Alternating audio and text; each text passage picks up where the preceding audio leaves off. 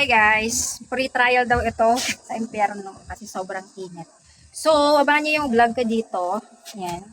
Tadaan! Di pa ako tapos magbilang sa tig piso, tig 10 pesos, tig 100 ito bawat tayo, tsaka ito, tig 100 bawat tayo. So, meron na tayong 3,400 para dito. Kasi, meron kumatok dito sa bahay. Yung 5 piso daw niya ay bumara. Kaya, napilitan tayong magbukas ng piso wifi. Nagulat ako kasi sobrang bigat na niya. Punong-puno na pala talaga siya. So, first time ko makabukas ng ganito na hindi pa ako tapos magbilang, nasa 3,000 na siya. Parang almost 2 months ko na siyang hindi nabubuksan. Ayan.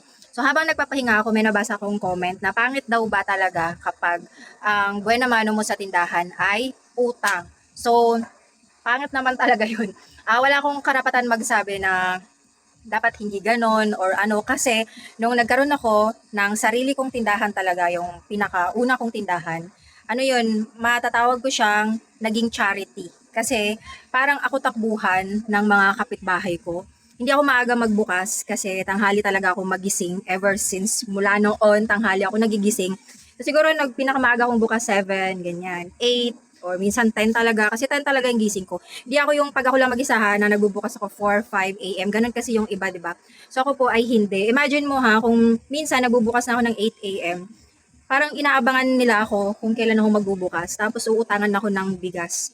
So ako naman, si maawain noon, na mas iniisip pa yung kapakanan nila na wala silang masasaing.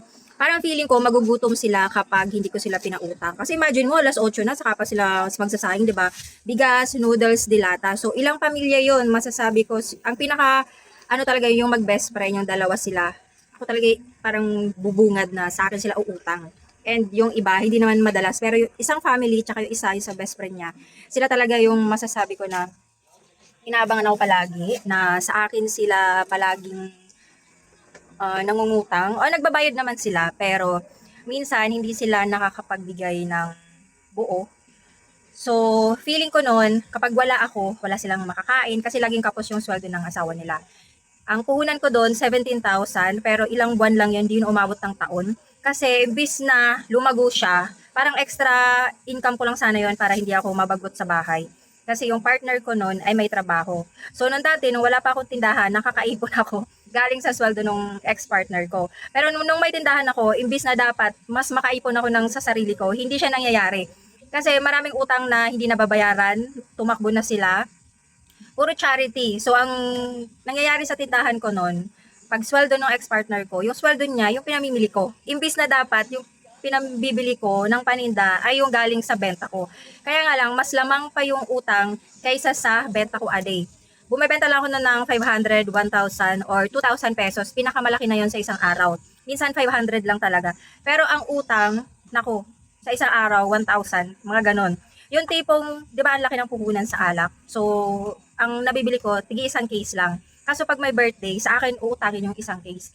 Ako naman yung time na yon ay nakikisama kasi bago lang ako dito sa lugar na to, dito sa likod pader. Pero hindi ito yung pwesto ko dun sa una naming natirhan. Doon tayo masisira sa word na nakikisama ka. Ikaw, para sa sarili mo, para sa akin, nakikisama ako. 'Di ba? Parang wala akong karapatan magmaldita. Feeling ko noon kailangan mabait ako para sa akin sila bumili. Hindi pala ganun yun. Kasi nakabili na sila sa iba.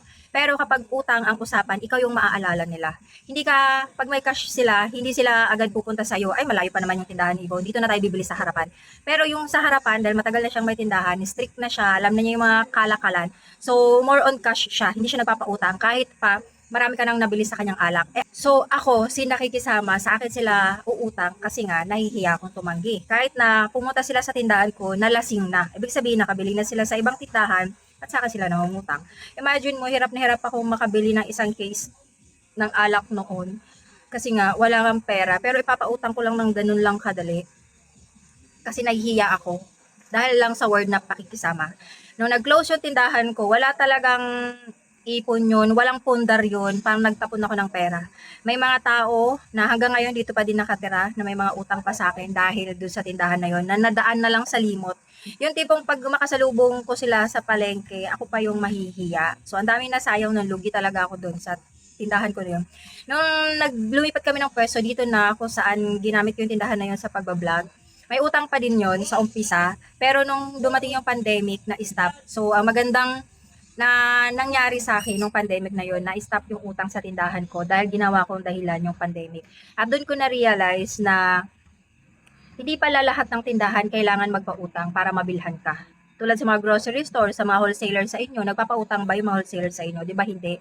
Pero pinupuntahan pa rin sila at doon pa rin namimili yung mga retailer sa kanila. So, mabibilhan ka pa rin kahit na hindi ka magpapautang.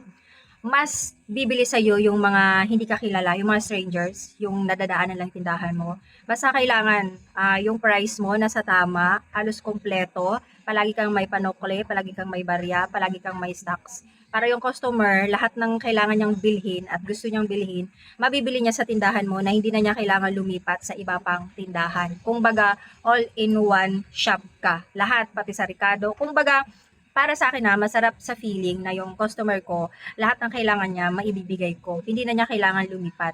At ito din yung kagandahan kapag palagi kang merong barya, may panukli ka. Kasi kahit hindi mo regular na customer, pag alam nila na palagi kang may barya, sa'yo yun pupunta. Dahil hindi lahat ng tindahan may panukli kasi wala silang backup money.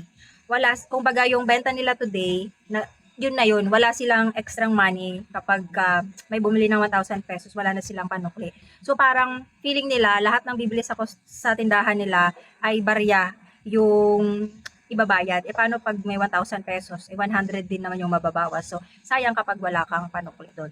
And the bottom line dito sa vlog ko na to ay kahit hindi ka magpautang, mabibilhan ka pa din. Huwag mong isipin yung salitang pakikisama na galing na ako dyan at hindi maganda. Sobrang nalugi ako doon. Hindi ako kumita, nawalan pa ako. Nag-close yung tindahan na wala talagang katas na masasabi. Luging-lugi. And sa pangalawang pagtayo ko ng tindahan ko, doon na ako natuto. And nakita naman ng mga followers ko, yung mga solid talaga, kung ano yung naging katas ng tindahan ko in just 7 years bago ko siya give up. Napakadami. Nabago ang buhay ko dahil sa tindahan na yon. So, hindi mo kailangan magpautang para i-please yung mga tao. Kasi ginagamit ka lang nila. Gagamitin ka lang nila. So, huwag ka magpautang, okay?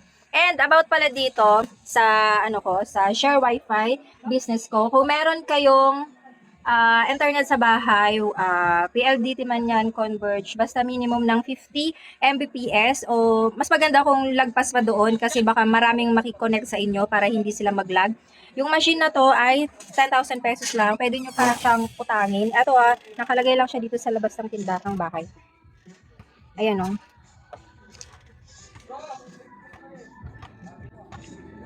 Tapos, ito, meron din akong cash in, cash out dito sa pinto. So, kung gusto niyo yan, i-click nyo lang yung link na nandyan sa description.